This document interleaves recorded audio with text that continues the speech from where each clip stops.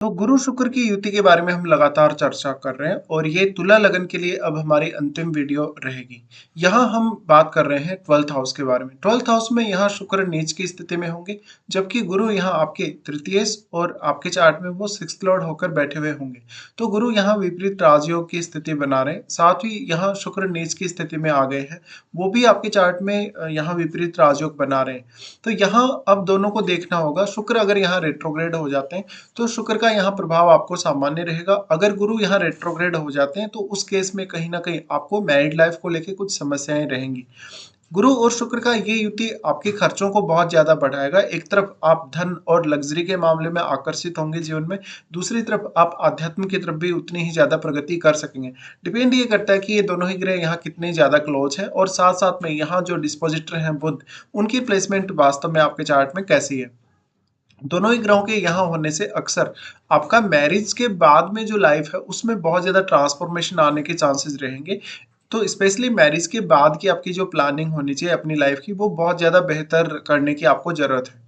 गुरु यहाँ आपके चार्ट में तृतीय है, तृतीय होकर यहाँ ये बैठे हैं। अगर इनका संबंध चंद्रमा से या इवन सूर्य से है तो आपकी क्रिएटिविटी को भी काफी ज्यादा बढ़ाने वाले हैं।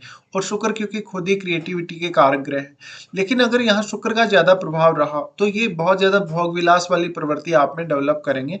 इसके साथ साथ जो भी प्लेनेट इनके साथ बैठा हुआ है 12th हाउस में, उस प्लेनेट को अवश्य देखें। उस प्लेनेट विशेष से रिलेटेड आपके कुछ या तो गलत फैसले होंगे, या वो प्लेनेट आपके चार्ट में जिन भावों को रिप्रेजेंट कर रहा है उन भावों के लिए आपके कोई विशेष खर्चे होंगे। इसके साथ साथ ऐसा जो प्लेसमेंट है ये दिखाता है कि जो जातक है वो मैरिज होने के पश्चात अपने जीवन साथी से कभी भी संतुष्ट नहीं रहेगा। इवन बहुत ज्यादा डिससेटिस्फेक्शन उसका रहेगा अपने जीवन साथी के साथ। इसके साथ साथ जो आपकी भोग विलास से संबंधित इच्छाएं हैं, क्योंकि शुक्र यहाँ नीच के हो चुके हैं, इसलिए वो आपकी इस इच्छा को बहुत ज्यादा बढ़ाने का काम करेंगे। अगर गुरु यहाँ शुक्र के बहुत ज्यादा क्लोज ना हो और शुक्र यहाँ बहुत ज्यादा प्रबल स्थिति में बैठे हो, तो निश्चित तौर पर ही आपको ये सब ध्यान रखना होगा। दोनों ही ग्रह आपके वैवाहिक जीवन के लिए तो इम्पोर्टेंट है ही, आपके लिए धन और आपके लाइफ में जो ओवरऑल सुख है उसको भी ये दोनों ही ग्रह रिप्रेजेंट करते हैं। तो दोनों ही ग्रह आपकी लाइफ में धन लग्जरी के मामले में और भोग विलास के मामले में एक अच्छा बैलेंस भी लाते हैं। अब गुरु आपके चार्ट में 6th लॉर्ड है। 6th लॉर्ड होते हुए गुरु का यहाँ प्लेसमेंट जो है वो कैरियर के लिए भी उतना ही ज्यादा इंपॉर्टेंट है और आपकी डेली लाइफ के लिए भी।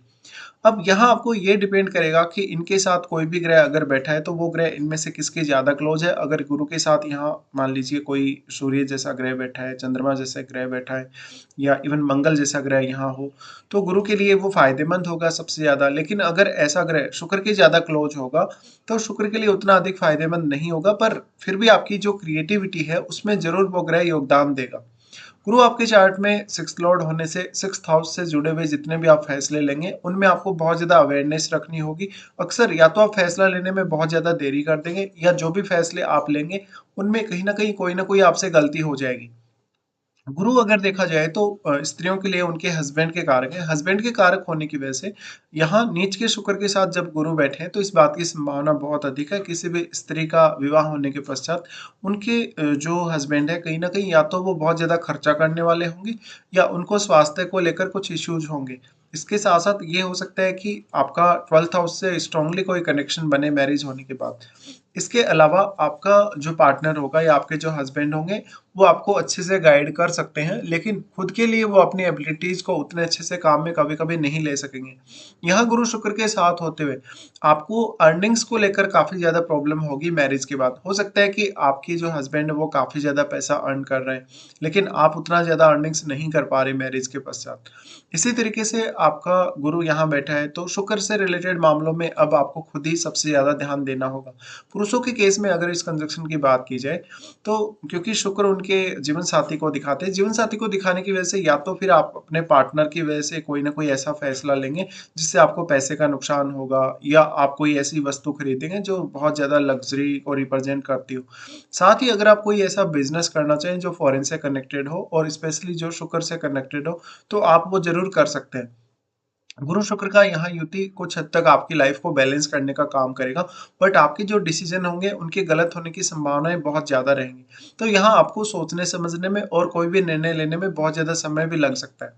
शुक्र यहाँ अब क्योंकि पुरुषों के लिए उनकी वाइफ के कारक है, तो गुरु के साथ शुक्र का होना आपको मैरिड लाइफ को लेकर बहुत ज़्यादा डिससेटिस्फाइड रखेगा। और हालांकि आपका जो पार्टनर होगा वो काबिल बहुत ज़्यादा होगा, विवेकशील बहुत होगा, और संतान पक्ष को लेकर भी कुछ यहाँ इश्यूज रह सकते हैं इन दोनों के 12th हाउस में होते हुए। इसके साथ साथ अगर हम बात करेंगे इनकी दृष्टियों के अकॉर्डिंग, तो यहाँ गुरु सबसे पहले अपने नीच के घर पे दृष्टि डालेंगे। नीच के घर पे दृष्टि डालें तो ये परिवार के साथ मिसअंडरस्टैंडिंग को दिखाते हैं, या परिवार के साथ फिर आप बहुत बड़ा कोई खर्चा करेंगे साथ मिलकर। तो पारिवारिक मामलों में हालांकि आप अपनी जिम्मेदारियों को पूर्ण अवश्य कर लेंगे, लेकिन आपकी अर्निंग्स को लेकर यहाँ काफ़ी सारी प्रॉब्लम्स रहेंगी। आप अपनी जो अर्निंग्स है उनको बैलेंस नहीं कर पा रहे, या आपकी जो सेविंग है वो नहीं हो पा रही, तो पैसा आपके हाथ से किसी ना किसी रीजन से निकलता ही रहेगा। फिर आपके जो फैमिली से रिलेटेड जो भी खर्चे बनते हैं, स्पेशली परिवार के जो सदस्य हैं उनके लिए, या आप अपना खुद का कोई घर वगैरह लेना चाहे, कोई प्रॉपर्टी वगैरह लेना चाहे उनके लिए, तो यहाँ आपको बहुत ज्यादा अवेयर रहना होगा। गुरु और शुक्र दोनों की दृष्टि आपके 6th हाउस पे भी रहेगी। 6th हाउस पे हालांकि यहाँ गुरु का खुद का घर है, तो यहाँ आपको गुरु काफी ज्यादा प्रोटेक्ट करने का काम करेंगे। अगर यहाँ कोई फायरी प्लेनेट भी अगर बैठा हो 6th हाउस में, तो और भी ज्यादा बेहतर होगा। तो आपके कैरियर के लिए ये स्थिति कुछ हद तक बेटर होगी। साथ ही फाइनेंशियली जो जो भी आप डिसीजन लेने वाले हैं, जैसे आप किसी को अगर पैसा उधार दे रहे हैं, आप कहीं से कोई लोन वगैरह लेने वाले हैं, उन मामलों में ज़्यादा से ज़्यादा सावधानी बरतें। यहाँ गुरु और शुक्र दोनों की दृष्टि होने से आपको शुरुआती जीवन में बहुत ज़्यादा मेहनत करनी होगी, लगभग 25 या 28 की एज तक, और आपके जो सेविंग होगी वो भी ज़ीरो होगी। तो सेविंग के मामले में यहाँ आपको ज़्यादा से ज़्यादा ध्यान देना होगा, और अपने लिए एक बहुत ही बेटर फाइनेंशियल प्लान आपको सोचना होगा। दोनों की दृष्टि यहाँ होने से अगर यहाँ कोई फायरी प्लैनेट स्थित नहीं है, तो आपके बॉस और आपके कलीग्स ही आपका ज़्यादा से ज़्यादा फायदा उठाएंगे, और आपके जो भी गुण हैं, आपकी जो भी क्रिएटिविटी है उससे रिलेटेड भी।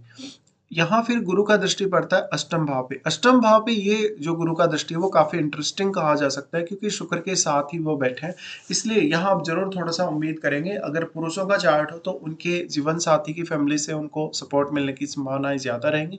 लेकिन अगर किसी स्त्री का चार्ट हो, तो स्त्री होने के केस में आपको अष्टम भाव से जुड़े हुए ज्ञान प्राप्ति, या अष्टम भाव से पैतृक संपत्ति से धन हासिल करने के बारे में सोचना चाहिए।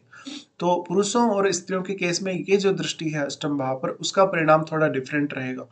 इसके साथ साथ यहाँ अब अन्य कोई भी ग्रह बैठा है, तो वो क्या वास्तव में गुरु का मित्र ग्रह है, क्या वो शुक्र का मित्र ग्रह है, आपको उस हिसाब से विचार करना होगा।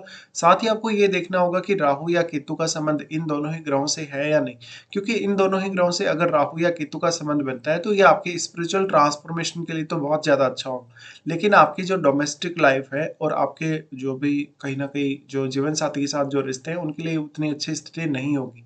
इसके साथ ही आपकी निर्णय क्षमता पर भी आपको ध्यान देना ही होगा। तो इस तरीके के कुछ प्रभाव रहेंगे गुरु शुक्र के आपके 12th हाउस में होते हुए।